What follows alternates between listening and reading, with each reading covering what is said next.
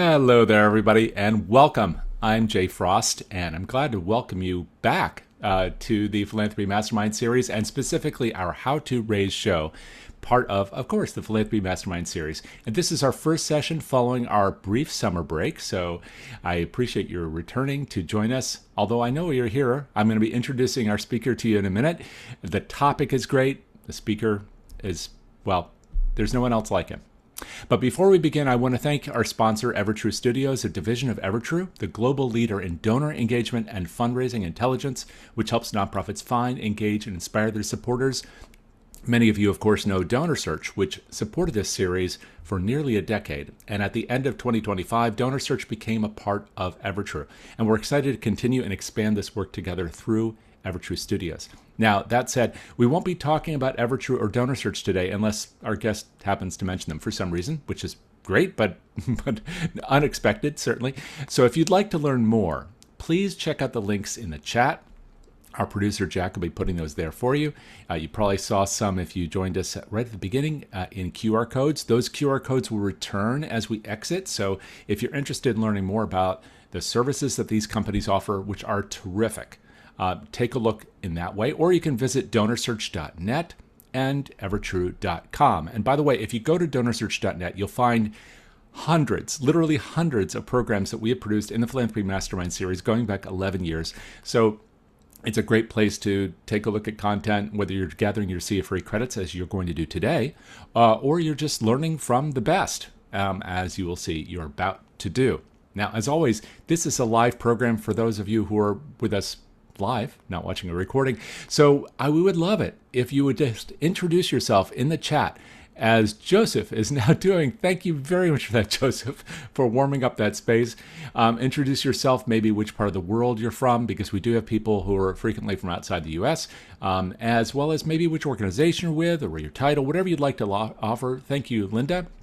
All of that information would be immensely helpful to our presenters, as well as, of course, to one another. We were just asked if there's an echo. I don't believe there is on my end. Jack will monitor that and see if we can adjust anything for you. Now, to today's program. 10 moves that lead to transformational gifts, research, and real-world practice. Now, before I introduce the program and our speaker, I just want to tell you, because we will be asked, how you can get a copy of this. You'll be happy to know that if you're here with us live, and if you've registered for this session, that you'll receive an email afterwards with a link to a recording. But stick around, because this is your chance to ask questions of one of the most authoritative voices in the field of philanthropy on the planet.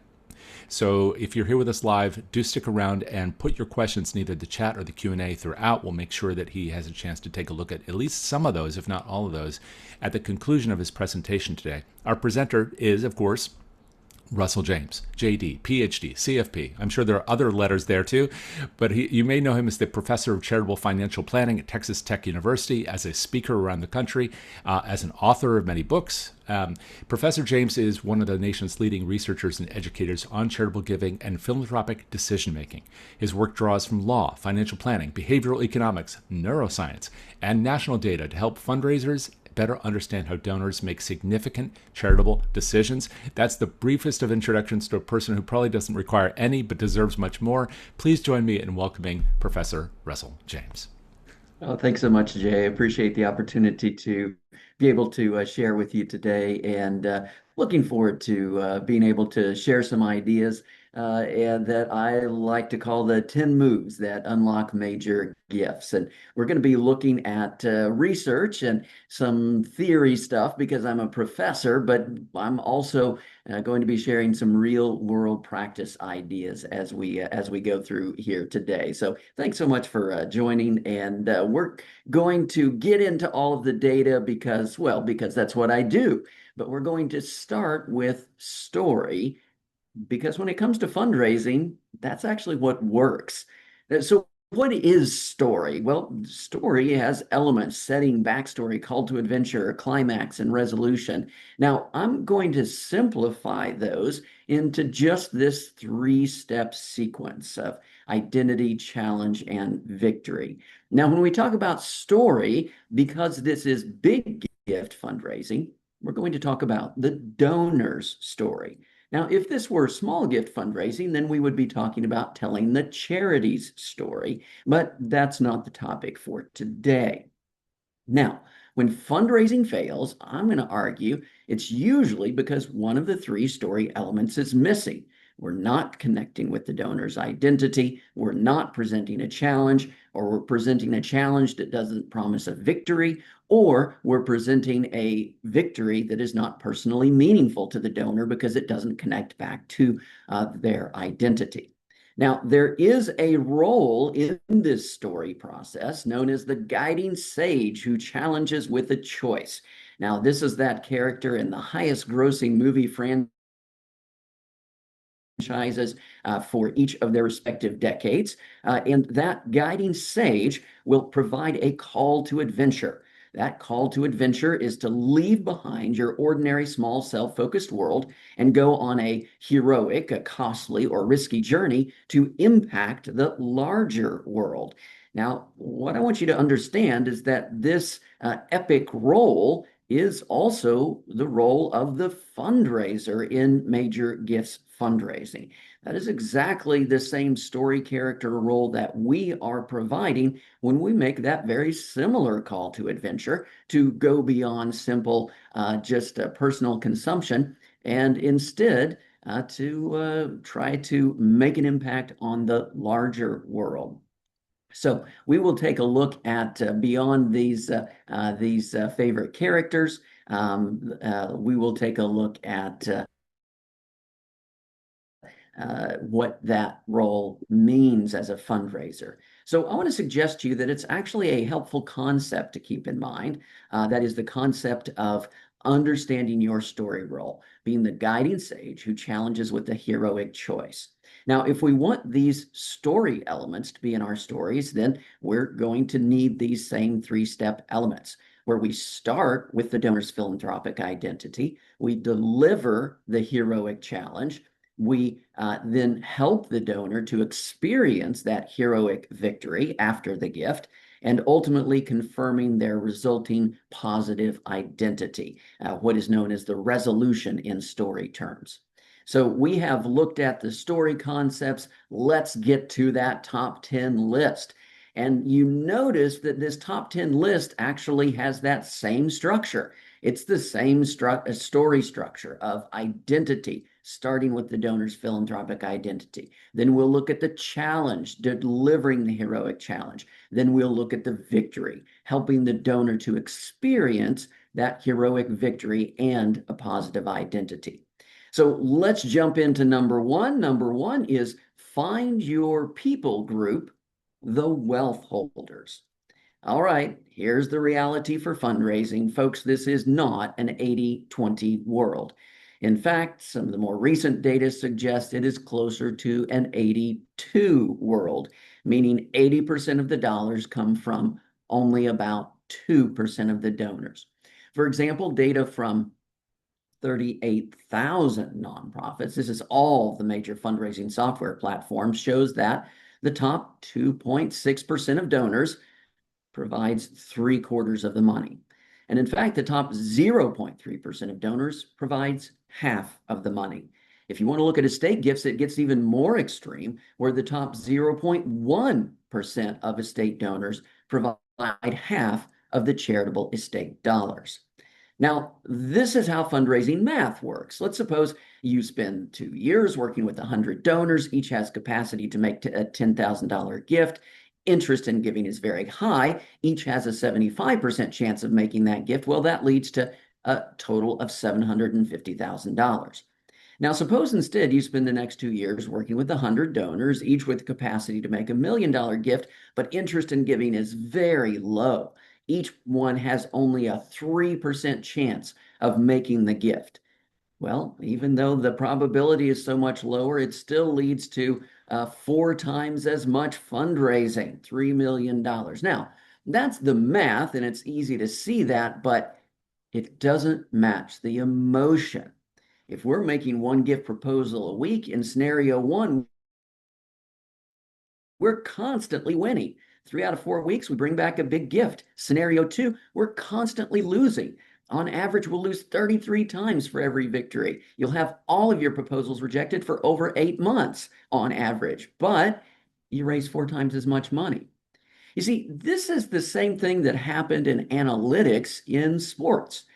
Before analytics, coaches and players did what felt good. They avoided the negative emotions of any negative outcome. That's called loss aversion. But analytics led to higher risk, higher reward tactics across the board. In basketball, it was the three-point shot. In baseball, trading strikes for home runs. And NFL football, passing over running. But in both sports and fundraising, the emotions don't match the math. Focusing on winning a larger share of plays or asks feels better, but focusing on winning the biggest plays or asks actually works better. So what does this lead to? Well, the reality is that whatever metrics we're working with,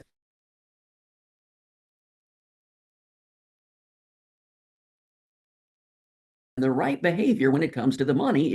I know we all want to spend time with the highly interested, high capacity donors, but those two things are not the same. If we have someone with high capacity and low interest, we can do a lot to connect them in with the organization and the experiences. But if we have somebody who has high interest and low capacity, well, we can't do anything to affect their capacity. So maybe consider capacity minimums with smaller donor portfolios, multiplying the activity metrics by capacity rating, giving more flexibility with high capacity success rates and timetables. By the way, when we look at the research, if you're communicating with your high wealth people group, it actually changes the story that is most effective. What the experiment found was it randomly assigned people to one of these two messages. Sometimes one community needs to come forward and support a common goal. This is one of those times. Join your community, donate today. Or sometimes one person needs to come forward and take individual action. This is one of those times. Take individual action, donate today. So which one worked better? The answer is it depended upon the wealth levels of the person responding to the request. For high wealth, high income people, what worked best was the individual hero story. For the lower wealth, lower income, it was the shared community hero story. So again, the messages may be different depending upon your group. So once we find our group, what's the next step? It is to find their donor joy. What do I mean by that? Well, we actually want to help them define a personally meaningful philanthropic victory from their identity, their people, their values, and their life history. So let's talk a bit about identity. We want to help the donor connect their identity with our organization or our cause or philanthropy in general. We can do this through the three ways of life history, close people, and personal values. How might we make this story connection with life history? Well, we can ask some questions. For example, how has this cause or this organization been important in your life? Or how did you learn to be generous? Or how did you decide to first start supporting the organization? Or tell me about your journey since you graduated, were first diagnosed, or joined this cause. We can also establish those connections by asking about people. For example, when you were young, was there anyone whom you considered a role model for giving? Can you tell me a bit more about who taught you to be generous or where your generous spirit comes from? Is there anyone in your family who also cared about this cause, or who are your philanthropic role models? And then another way is to uncover that identity through personal values questions. What inspires you to give? How does your giving reflect your values, your feelings, and your aspirations? What do you think are the most important factors to donors who make a major gift to our institution? Would you mind telling me about the causes that are most important to you? Now, why are we asking these questions? It's because once we understand the donor's identity connections to our cause or to philanthropy, it will help to inform the most compelling challenge that we might make to them. It can help to inform what particular philanthropic victory is going to be particularly meaningful for that person. So let's get to that step. How can we help the donor to define a personally meaningful victory? Well, we can ask them, right? We can ask them broad questions. What would you like to accomplish with your money that would be meaningful to you? If you could do anything for this organization or a cause, if the sky was the limit, what would that look like to you? Or as you look out to the future, what is the legacy you would like to leave? Or this one, you've been such a loyal member of the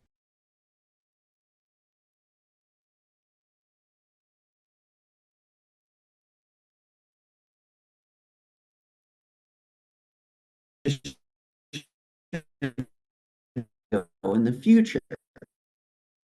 When the donor isn't necessarily able to say that, but organization would have the closest fit with what this donor is attempting to accomplish. That's why story connections, and we can match those up with experiences or options. What are the experiences that would strengthen these connections for the donor? What employees or beneficiaries or other donors should they meet? What giving opportunities or instruments might match? Ultimately, this then leads to the ask. And I want to suggest that we can make more powerful asks by using the 3-sentence story cycle ask. What is that 3-sentence ask? Well, we have a sentence for each of the 3 connections. You have the identity statement, you understand the victory statement, and then the challenge statement. Would you consider a gift of blank dollars? And there you describe the promised victory. What does it sound like in actual practice? Well, sentence number 1, that's the identity sentence, might sound like this. You have been a friend of this library for over 20 years. Sentence number 2, the regional history collection would preserve our shared heritage. Sentence number 3, the challenge sentence, would you consider a gift of $50,000 to lead the campaign to make this a reality? Some other examples. You have done so much to improve care for others since your own diagnosis with breast cancer. You understand how lives could be changed by offering free early screening. Would you consider a gift of $100,000 to help fund next year's screening clinics?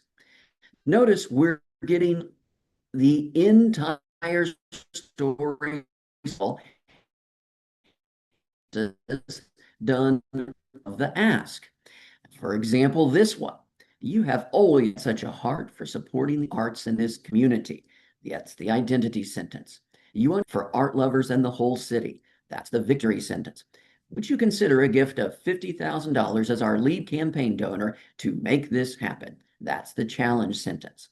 Now, if you take this approach, it has a sense of being a little bit foolproof. Why do I say that? Because if you get ready to ask a donor for a gift and you can't make the story cycle ask because you don't know the full story, well, that lets you know you maybe aren't ready to make that compelling ask. Like if you don't know how this donor's story or values connect to the challenge, well, guess what? Step 1 can't happen. If your ask is just an ask for money, but it doesn't promise any specific, meaningful, visualizable impact, well, you can't do step 3. And if you don't know why the gift's impact would be meaningful for the donor, possible. That means we need and ask some of those previous questions. Let's talk about step number 3, which is to talk wealth, not asset story. Wealth is a different money category. When we look at the data, only about 1 to 3% of financial assets held by families is held in cash, like checking, savings, money market deposit accounts, and similar. The story of wealth is instead the story of appreciated assets. Now, this is important for asking because when we ask for cash, we're automatically asking from the small bucket. Asking for appreciated assets is asking from the big bucket. Those large reference points make the large gifts feel more appropriate, more comfortable. So what I want to suggest is this: the single single biggest transformation you can make with a donor is to get them to consider their wealth, not just their disposable income, as donation relevant. So let's look at some data on this. This was taking a look at the 5-year growth in total fundraising. This is all nonprofits filing IRS Form 990 electronically. And we're comparing two different kinds of organizations. Those that only receive their gifts, both at the beginning and at the end from cash, and those that receive their gifts also including gifts of securities, both at the beginning and at the end. And notice over this 5-year period, it was a 6-fold greater rate of growth for the fundraising organizations that were consistently receiving those non-cash gifts. The cash-only organizations, on average, well, that was the same as the combined inflation rate over that period of time. They're just treading water. So this is also what big gifts look like. Most principal gifts are entirely non-cash asset gifts. A case study examined the largest gifts made to every type of institution, from major research universities to community colleges, and it found that 60% of these principal gifts didn't include even $1 of cash. We can actually see this in another phenomenon. For most people, the first time they will ever commit to a charitable gift from their wealth rather than from their disposable income is when they make that commitment in their estate plan. Once their wealth becomes donation relevant, giving changes. So you're looking at results from a nationally representative study tracking adults over age 50. These are the same people on the left-hand side in the white bars and on the right-hand side in the black bars. But the only thing that changed was in the middle, they added charity into their estate plan. And notice how that affects their current giving. Their current giving spikes about 77%, and that is a permanent change. Notice 2 years, 4 years, 6, even 8 years later, they are still at that higher level. We also see this in results from a donor survey of over 18,000 supporters who responded to a large humanitarian charity. Typically, most supporters said they were unlikely to make a gift in a will to the organization. Just under 2% had included that gift. But notice the massive difference in the likelihood of also engaging in asset giving.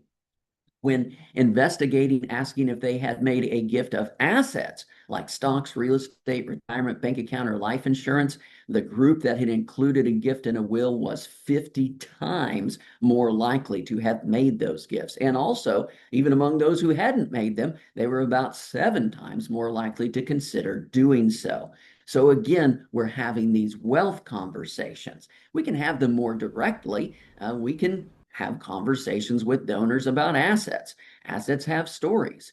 There's the past, the origins of the asset, the present, what's happening now, the future plans for the assets.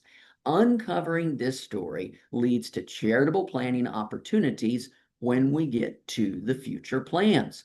So how can we do this in conversation? It can start really simple. What's the story of your business? How did you get started? What are you most excited about at the current time? Any challenges right now? What are your future plans for your business? Spoiler alert, there's only 2 future plans for an asset. They're either going to sell it or they're going to die with it. And guess what? Both of those are fantastic opportunities for charitable planning. So let's suppose they're going to sell or transfer in the future. What do we do if we hear that? Ask about it. Well, what will that mean to you? Have you thought about using the sale or transition of your business as an opportunity to achieve some of your charitable goals in addition to your financial goals? Or perhaps they're not going to sell it, they're going to die with it. So ask about that. Will your heirs continue running the business? I know there are some smart ways to avoid taxes for people like you who want to include a gift to charity in their plans. Have you ever considered that? We can do this with any asset, right? Are you a collector, art stamps, coins? What's the story? How did you get started? Do you invest in real estate? How do you get started? Where do you vacation? Do you own a home there? How's the market been treating you? What's your investment philosophy? What's the best investment you ever made? Tell me that story. We're getting into these asset conversations, moving from past to present to the charitable future. Have you ever considered assets instead of cash? Many donors giving at your level use appreciated assets instead of cash because they get a double tax benefit. Have you ever considered giving in that way? All of these working to shift the donor from pocket change decisions to wealth sharing decisions. Number four, don't beg or bully, walk alongside as a persistently helpful philanthropic wealth advisor. This guiding sage role is what we're going for. Now, by the way, this role doesn't just lead up to the ask where the guiding sage makes the challenge or call to adventure. It actually continues after the hero accepts the challenge. The guiding sage provides advice, guidance, and planning, introduces the hero to friends and allies, gives powerful instruments or weapons to the hero, and fulfilling these hero's journey functions from that monomyth story is attractive to donors. Let's look at some research. I did a study where we were testing different fundraiser job titles, trying to figure out what was the most effective title for donors. Now, we converted everything to a chief something officer or a director of something, and then we gave people different scenarios. Sometimes it would be a gift of stock or a real estate gift, a gift annuity, or a gift in a will. But notice these are all asset sharing gifts, wealth sharing gifts, and ask people if the likelihood that they would contact the person from I would definitely contact that person to get help with this kind of a gift, or I would never contact that person. Now, let's take a look at among those 63, the best 10 titles that donors were most likely to say, yes, I would contact that person for help. Notice that all of them include the words planning, advising, guidance. Guidance, advising, and planning. That is precisely the story character role of the guiding sage in that hero's journey story. Notice what the worst 10 titles were, the ones we all use. Two problems with those titles. One, normal people don't use those words in that way, so they may not know what it means. And if they do know what it means is, I'm here to help the institution. Whereas the best performing titles say, I'm here to help the donors. Hey, if you can't change your title, I suggest just put a line underneath it that says, I help donors give smarter. That can lead to a question, and you can share some stories that can continue that conversation. And why not share a story about someone who made a gift of an asset rather than cash, so they got that double tax benefit, not only the tax deduction, but also avoiding the capital gains taxes, which, by the way, is a benefit you can get even if you're not itemizing. Number 5 is to make it feasible. Show their financial abundance to accept that heroic challenge. Remember, the sage challenges with a heroic choice. In the actual Hobbit story, Gandalf says, Bilbo Baggins, I'm looking for someone to share in an adventure. If you wanted to be a very bad Gandalf, you would do the way that some fundraisers do. I'm so sorry to inconvenience you, but if you might consider a short walk outside the Shire, I would really appreciate it. Any time you could spare would help. Wrong, wrong, wrong. That is not our story character role. A challenge to heroism, being the guiding sage who challenges with that call to adventure, that means asking to capacity. It does in every story, and that's true in the donor story as well. So let's look at the data. Josh Burkholz's team analyzed 1,000 gift officers, major gift officers. The top 20% raised about 75% of the dollars. Now notice, this is your familiar 80-20 rule. So what was the big difference with this top 20% of the performers? Well, one difference was this. They usually asked for 100% of the donor's capacity rating. In comparison, quote, the bottom 80% fundraisers tended to ask for about 40% of the capacity ratings. There was also a difference in the attitude of the two fundraiser groups. For the top 20%, they thought in terms of What would be so compelling that it would cause this donor to make a gift at their capacity? That's the mindset. That's the hero's journey mindset. Whereas the other 80% of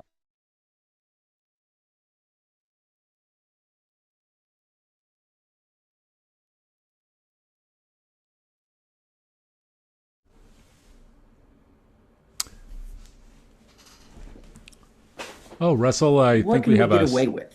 What Russell, would I we think we have monitor? a slight internet interruption. Oh, But you're back now. But I'm wondering if maybe if you turn off your camera, it might help a little bit with the bandwidth.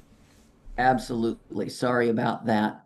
Um, And thanks for that, Jay. And apologies for everyone. I got this crazy schedule, and I'm in this location that is is proving a bit tricky. Sorry about that. But it's no problem. I've got a face for radio, so I'll just stay off the video till the end. It's all good. So the first thing to keep in mind is in this hero's journey story, the prospective hero always responds to that same way. They respond by saying no. That's a standard part of the journey. So the first thing I would like for you to do is to consider changing your language. Don't look at this as did the donor give or not? Because if you approach it that way, a no is a dead end. Oh, didn't give. Sorry. Well, I guess move on to the next person. Instead, frame your question this way. Was the donor ready to give? You see, this changes things because if you frame your question that way, was this donor ready to give? A no, not an end, it's a beginning. It leads to questions and next steps. I made the ask and it was not ready to give. Why not? What is still missing? Is it the cause? Is it the project? Is it the leadership? Is it the amount? Is it the timing? So we can attack the story barrier. Maybe it's too much money. They say, 25,000 is too much. You say, how about that over 5 years, 5,000 per year? Or we're not asking that you write a check today. Our pledge period goes up to 4 years, so it would be 125,000 each year. If the quick solution doesn't work, we can move to more complex options. Now, the goal shifts to getting agreement to the next meeting at which we can present some of these more complex options. So, for example, a donor says, all my assets are tied up right now, the cash just isn't available. Oh, I understand. We work with many donors like you in this same position. It's actually the perfect situation. The tax benefits are much better if you give before you sold the asset. Would you mind if I put together some options for you? I think you might be surprised at what the numbers look like. Or the donor says, I would love to do this, but I'm on a fixed income. You can say, I understand how you feel. Many of our donors have felt the same way. They have found that they can make a gift that pays them income for life, or they can add a gift in a will that costs them nothing today. What are your thoughts about that? The idea here is that we want to persist. So the persistence is part of that role. The heroic challenge can continue to influence the donor. You see, in that monomyth hero's journey, the hero always refuses the first call to adventure, but then things change, and things can change for our donors as well. Financial circumstances can shift, businesses can be sold, investments can go well, inheritances can arrive, estate plans can be revised. So we continue to persist. Number six, now we're into the victory stage. Deliver donor joy. And here we want to focus on the donor's impact, not the charity's impact. Oftentimes, the message will promise the wrong victory for the major gift donation. You see, for the donor, the compelling victory is the donor's victory. Charities often claim the victory for themselves to enhance their own identity. So sometimes there can be a missing victory. The donor gives to the hero to honor the charity insider's heroic work. Folks, that sounds great to your boss. That sounds great to the charity insiders, but it's just not that compelling for the donor. This is the message of we do good work, we need money, please give. That's the small gift story, not compelling enough for a big gift. You see, donors are motivated by their impact in their story. Now, the organization is important, but it's important as a instrument or tool to advance the donor's own story, the donor's own hero's journey. Think of your organization as the hammer of Thor. Now, the hammer of Thor is really impressive, but the hammer is not the hero. It's the hero's powerful instrument of impact. And our role is to convince the donor to pick up that hammer. You can make a real impact if you use this hammer, right? So that's the story role of our organization. This is one of the reasons why the data shows that the largest donations go to the largest, often the wealthiest nonprofits. These big gifts are strongest link gifts. These donors give to the best. In the donor hero story, the charity is the hero's powerful weapon. It projects strength as a useful instrument. Now, the ask is going to promise that hope of a victory, but delivering the hero's journey happens after the gift. So, this is oftentimes a significant problem in fundraising that we're so focused on the ask, but we don't deliver the rest of the story. A 2023 study found this. We have surveyed both the donors and the fundraisers to understand their alignment. What is the most valuable thing development offers to the donors? For the donors, how my gifts are used is the top, or among the top three in nearly every survey. It rarely breaks the top three in the fundraiser surveys. The donor experience is the most valued and also the most underinvested strategy in many development programs. Delivering donor joy is what works. And we see this from some of the most successful modern fundraisers. Jim Eskin puts it this way: it's a genuine treat to witness the joy they derive from doing good works. It's evidenced by their smiles and their eagerness to hear about, wait for it, the impact of their gifts. We want to focus on the donor's impact. There was a study of lapsed donors asking them, why did you quit giving? Ultimately, it was a story problem. There was no confirmation of the heroism of the making of the gift, or the usage of their gift, or the resulting impact of their gift. Donors would phrase it this way: I feel that other causes are more deserving. That's about the impact of their gift. Or they did not acknowledge my support. That's about the making of the gift. Or they did not inform me how my money had been used. That's about the usage of the gift. So we want to finish this journey beyond just making the challenge. Don't just promise to advance the donor's story, deliver on that promise. Confirm the heroism of making the gift, the usage of the gift, and the resulting impact of the gift. Number 7, we want to deliver donor joy by helping them build a portfolio of visible results that reflect their identity. What do I mean by portfolio? Well, we want to have the bigger, broader conversations with donors coming alongside as a philanthropic wealth advisor. What are we doing? We're trying to help the donor to accomplish their overall philanthropic goals, those goals that are most personally meaningful to them because they reflect their inward character. We're not just selling a single product.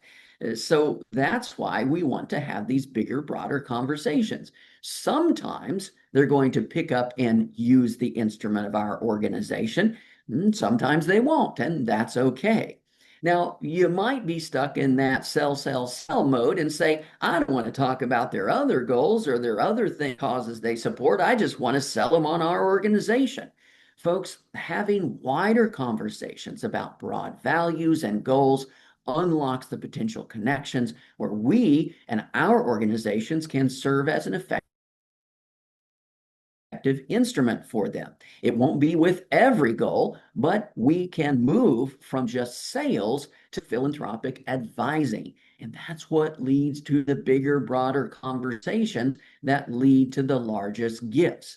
So how can we open up these conversations? We just ask them, do you have any lifetime charitable goals? Tell me about those. Or what would you like to accomplish with your money that would be meaningful to you? Or what are you trying to accomplish with your philanthropy and how might we help? Or what do you hope to achieve with your philanthropy? That's where we're helping them to define the ideal victory portfolio. We may just be one element in that portfolio, but learning what motivates them helps us to connect with what are the most motivational things that are happening at our organization. So that's why we don't be afraid to ask things like, tell me about a few other causes you support. Why do you support them? Would you mind telling me about the causes that are most important to you? Do you typically give to the same nonprofits each year? Why do you support them? Don't be afraid of this, because when we learn what their other charitable interests are, that's also going to give us clues as to which of the various projects at our organization might be most compelling for them. So we want to help them build a portfolio, and the research supports this. One study found that we studied the effect not only of multiple gift designations, but also multiple approaches by fundraisers from different areas of the organization, such as different colleges at a university. What was the result? Not only did the donors give more overall when compared to single pursuit donors, they gave more to their first area of interest. We want to help build that full portfolio of what the donor wants to accomplish. The second part of this is to build a portfolio of visible results. We want to be able to offer them a clear, distinct image of their impact. Compelling story is always going to evoke a clear image, a clear link from a clear challenge to a clear victory. If we're saying that the impact of their gift is going to be vague or uncertain or complicated, it's not going to work. Simply put, donors want to know what changes if I give. So we see this idea of focusing on the visibility, the internal visibility of these results from other top fundraisers. Here's Jackie Franey. By engaging donors in exploring their philanthropic goals and charitable interests, fundraisers can effectively help donors along their philanthropic journey. This journey enables a donor to give joyfully, meaning that the donor is able to visualize the result of his or her philanthropy. We actually see this in the brain scanner. We actually stuck people in brain scanners at the Texas Tech Neuroimaging Institute and had them do their estate planning. And what we found with the gifts of wealth, the charitable bequest decisions, was that they were predicted by activation of visualized autobiography brain regions. People were internally visualizing the connection with their life story. Visible results reflecting their identity is neurologically what predicted those gifts. Number 8, another way to deliver donor joy, build a mutually supportive community for donors. Well, we see this in all kinds of experimental results. Other people's examples influence giving and volunteering and helping others. Here's a great example. This was 3,000 people going through their normal estate planning process. Unbeknownst to them, they were randomly assigned to one of 3 groups. The first group got the standard question, the standard estate planning questions with no particular reference to charity. 5% of them included a gift to charity in their will plans. The next group simply was asked, would you like to leave any money to charity in your will? And now we double the share that are including gifts. The final group had that one extra question, but instead it started with a social norm statement. Many of our customers like to leave money to charity in their will. Notice we're now tripling the share of people including real gifts in their actual will documents. And by the way, the average gift size in that last category was double the size in the first 2 categories. We're talking about a 6-fold effect. 3 times the participation rate, double the average gift size just from that social norm statement. We see it in other asset gifts, like here's identical descriptions of a gift annuity. Should you talk about what you can do or what Sarah had done? Well, when we asked people to rate their interest in that charitable giving arrangement, it was much better, especially for our older audience, to talk about what Sarah had done. We're creating this social norm. People like me make gifts like this. And this is true also at that high end for the very large gifts. Josh Burkholz explains it this way. You need to be branded as the type of place that other ultra high net worth donors give to. How do we do that? One of the key ways is to really go beyond just showing what your organization's impact on the world is, but to actually demonstrate how specific donors have made a big impact on the world. We can go back a bit to Gerald Panis's study of mega gifts. And in his interview with donors, he shares this. People enjoy being part of the club, being associated with prominent men and women who are giving to the same cause. He says, and my interviewing bears this out, very few donors enjoy the independent route. What if you're saying, I don't have any mega donors to use as examples? Well, Claire Gaudiani recommends using a historical example.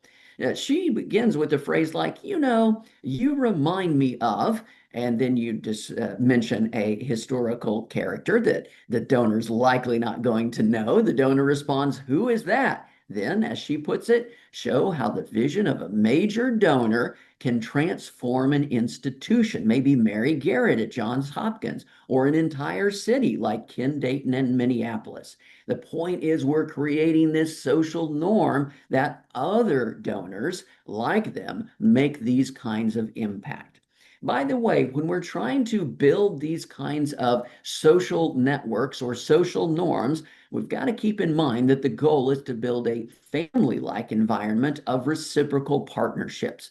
These are going to be donor-donor connections, donor-recipient connections, donor organization connections. The reality is that what we are doing is not just sales. We know that neurologically. Philanthropy uses uses family bonding mechanisms. Now, we know this from actually the very first study using neuroimaging in charitable giving decision making. It found that charitable giving was rewarding, much like receiving money, but it was uniquely different in one aspect. It uniquely involved oxytocin-rich social attachment brain regions. These are used in maternal and romantic love. And indeed, we find in another experiment that increasing the neuropeptide oxytocin, that family bonding hormone, actually increases giving. This is done through a nasal spray, not through a shot. And no, the effect of this is not how do I surreptitiously squirt something up the donor's nose before I make that next ask. It is scientifically to understand this is the mechanism for charitable donations. The good news is you don't actually have to squirt something up somebody's nose. Human touch, when followed by a small gift, elevated oxytocin levels and subsequent charitable giving in another experiment. Now, if I were to say to you today, it's a good idea to shake a donor's hand, put an arm around the shoulder, maybe share a donor premium gift, that wouldn't be surprising at all. But it is fascinating to see that the mechanisms through which these tried and true strategies may be working is through this family bonding hormone of oxytocin. So keep in mind, we're trying to build family social relationships, not just market contract relationships. How do we build those? Well, we already know. Are you closer to extended family members who call, who write, who visit? Whenever you're thinking about these kinds of connections, it's all about that family bonding connection. Now, one study found that a distinguishing characteristic of the most successful fundraisers is, well, they tend to excel at friendship-related skills such as emotional intelligence or memory for personal details. So whenever you're looking at a particular fundraising strategy, is it a good idea? I always start with this one. What would a good friend do? Should I actually visit donors? What would a good friend do? Should I call? Should I write a personal note? Or, man, it's so cheap just to spam the donor's inbox. Should I do that? What's my answer? What would a good friend do? Those are the kinds of relationships we're trying to build. Number 9 is to deliver donor joy by helping them to accomplish an enduring impact. We can give permanence to the donor's identity. You see, a donor can't provide a college education, but through a nonprofit, he can. A donor can't advance cancer research, but through a nonprofit, he can. A nonprofit, by the way, can do something else the donor can't do. It can live forever. Let's look at the psychology. Death is a problem. The solution is called the pursuit of symbolic immortality. That's the notion that, okay, I'm going to disappear, but some part of my identity, my values, story, name, or community will live on. We see this in experimental results. So in this study, people could give to support a poverty relief charity, and it was described as either creating lasting improvements that would benefit people in the future or meeting the immediate needs of people. Now, for the normal group, it was better to talk about meeting the immediate needs. But for the group that had first been reminded of their death, is something that happens when people engage in estate planning, notice the permanence language by about 3 to 1 outperformed the meeting the immediate needs language. So again, adding a permanence goal is powerful. And in another study, we found that adding a permanence goal to an in-memory scholarship fund also dramatically increased giving. We see the power of permanence in estate giving. In previous years, 78% of charitable bequest dollars went to private family foundations, and 35 of the wealthiest and oldest schools get over a quarter of every dollar of estate gifts given to education. Why? Permanence is powerful. This is not true just for estate gifts, but also for major life investment gifts. As people age, mortality awareness and desire for lasting impact increase. The major gifts often occur at oldest ages. 61% of principal gifts to colleges and universities were from donors aged 72 or older. They tend to go to those large charities that hold large endowments and offer permanence. Large estate gifts provide permanence and visualizable impact. That leads to larger size, better retention, and we can even start funding during lifetime. The magic question, if you've got somebody in your legacy society for increasing that gift size, have you ever thought about how you would like your gift to be used? We can share stories about other planned gifts from another donor of a specific size, maybe endowing a particular item. Permanence goals work well. So a follow-up might be, have you ever thought about how you would like your gift to be used? Well, the reason I ask, I was working with another donor. You remind me of him. You both have a real heart for this cause. And he decided to create a permanent endowment for a blank scholarship, lectureship endowment. Now, it will, and you describe the impact. Now, this will come from a blank dollar gift in his will. Would that type of gift appeal to you? Now, the next step is we can make it lifetime. After we've planned that all out in their estate plan, it's great to think about the impact your permanent endowed cause area of scholarship, professorship will make over so many years. Would you ever consider starting that now so you could see the impact personally? And if they say, oh, that's too much for me now, we're going to make it feasible. I understand. It's a common circumstance. Many people in your situation have decided to start their permanent fund right away using our 5 and 5 plan or virtual endowment. Your permanent fund will pay out 5% a year, but if you commit to annual gifts of that 5% payout, plus 5% to fund the endowment, you can start your permanent fund immediately. Because it's backed up by your estate plan, your named fund will be permanent no matter what happens. But this way you can see the impact right away. Is that something you might consider? Folks, I'm out of time. The last idea was that the identity fulfillment donor journey brings the best life experience. That's just the idea that we are offering donors something valuable. Consuming more stuff is fine, but it doesn't make an inspirational story. Piling up more things doesn't make for a meaningful journey. Just spending money on yourself is not noble. Its impact is temporary and it ends when you end. Nobody wants this as an obituary. He made a lot of money, the end.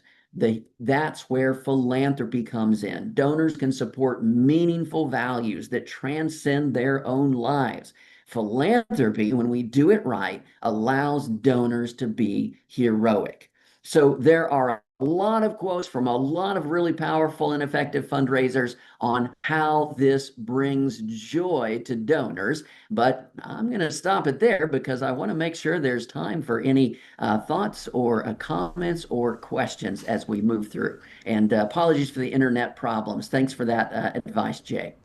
Oh, of course. And I didn't want to interrupt the flow. So I hesitated to do that. Such great content and information, and I think advice. And it's reflected maybe even in some of the questions, which I would love to have you tackle. Before we jump into that, I want to invite people to go ahead and add their questions to the chat or the Q&A. We'll take a few minutes to address those now. But before we do that, as you're writing those questions, I just want to give you a couple quick notes. First, please complete the post-event survey. It will take you 30 seconds. And just like all the data we've been looking at, we look at data that really does help guide what you will see and hear in this series as we go forward. So you can let us know what you thought about today. I'm sure you loved it, but let us know that. But then also let us know what you want to see in the future. It will take you very little time. And if you're interested in more information on the company that sponsors all this, EverTrue, you can note it there and they will contact you. That also helps the series, but also can help you. Second, keep an eye on your inbox. There will be a follow-up email with a link to today's recording and the slide deck, which I know many of you have asked about already, so just be on the lookout for that. And third, please consider subscribing to the YouTube channel. And the reason why I say that is because we have 2 programs per week and 3 programs altogether. How to Raise, which you're watching now, Frontlines of Social Good, our news program, and the PM podcast, which is really for the ear and the stories of people. And stories are what we've been hearing all about for the last hour. That's what we feature in the series. You can do that wherever you like to listen, or you can subscribe right there on YouTube, and Jack will put a link to that in the chat. So now we want to go right to your questions, and to do that, I know we can do that right in the chat, and there were a few right there. And I think just going from the earliest, we had one from Lee who had asked, can we discuss how new tax laws might change large donor gifts? Love to do it. That takes me another hour. Sorry about that. Well, maybe I should ask you, what's the best way to follow the rest of your work? Because you just digested a lot of research into 1 hour. So how can people learn more about you and your work? Thanks, Jay. I share all of my stuff for free at encouragegenerosity.com. Or if you connect with me on LinkedIn, I'll send it directly to you there. That includes all of my slide decks, all of my books, all of my videos, all free. You don't even have to sign up. They're just there as PDFs or links. So encouragegenerosity.com. Share all of my stuff for free. If you want to have the paper version, you have to go to Amazon for that, but the PDFs are there for free. Now, we did have a question from Lisa. In fact, 2 questions here were really about group activity versus one-on-one, which you focused on so much here. But if you want to tackle these, Lisa's question is, I would love some examples of successful legacy societies within an organization, because getting people to show up for events has been a struggle. Yeah, so one of the things I would say is my recommendation is actually don't ever do a Legacy Society event. Why do I say this? You want to invite your Legacy Society members to your big regular donor events, because the purpose is to motivate those other major gift donors to join the Legacy Society. And you do that by recognizing your Legacy Society members at that major donor event. So if you have a major donor event, invite all of your Legacy Society members there, even if they're not giving at that level, because that's the social norm that will motivate other people to act. The different examples of successful legacy giving societies, it's successful in terms of getting dollars in the door. It all has to do with, are you going to stay in contact with them? as they age. Because if you just put it in a file drawer, the legacy societies don't really work. These decisions tend to be highly fluid in the last 3 to 5 years of life. So you've got to stay in contact with your 70 plus, 80 plus people who've had connections with your organization. And this next one is also kind of on the direct marketing front, not events, but about postcards. So in this case, Kathy's comment about sending postcards during Make a Will Month. So do you have thoughts on that, on either segmentation or about the utility, in fact, of sending postcards as a way to kind of group people together and then talk to them about this opportunity?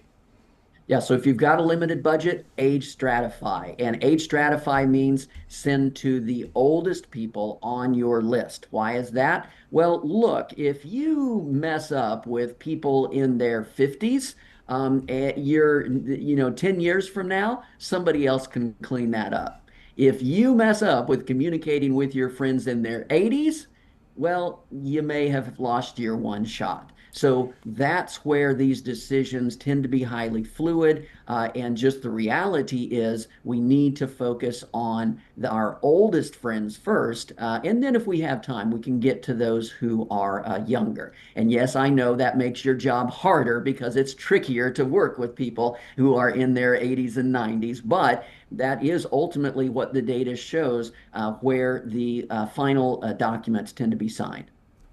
We did have a question also from Lisa about how long this process takes. And of course, you talked about a lot of processes in here, but I go back to myself when you talked about the difference between a group of 100 that leads you to 750,000 versus a group of 100 that leads you to 3 million. And you're really talking about hyper-focusing, I think. So can you talk about how long the donor stewardship process might take? What is reasonable? Yeah, so typically what is seen at the most effective places and the most effective fundraisers is about an 18 to 19 month process. So that process is from the opening of the conversations to the ultimate solicitation and gift. Now, why is that? Well, if it's a lot shorter, if you're trying to do it in a month or two after the first conversation, you're going to get a smaller gift. And if you're going much beyond 18 or 19 months, you may just be not leading to the challenge, right? You may just be being social and friendly, but you're not actually engaged in major gift fundraising because you're not fulfilling that story character role of making the challenge to adventure, the call to adventure, to make that gift, to make that impact in the world. If you had to digest all the stuff you work on, but particularly everything you shared in the last hour, into a single learning, what would that be? I think it's really about understanding that what is most powerful is to help the donor to tell their philanthropic story. Look, major gifts is not about getting better at talking to people about our mission. It's better understanding the donor's mission. And I think that we'll have to end with that very, very important message to everybody today. Thank you very much, Professor Russell James. You really gave us so much here, but also every day and all the work you do. Really do appreciate you for sharing today, and especially doing it in the middle of a conference. So everybody, it wasn't just Wi-Fi in the hotel room that was the issue here. It was actually running from place to place. I'm so grateful you did this. Thank you so much. Everybody, give a shout out to him here if you would, and just say thank you. I know you appreciate it at least as much as I did.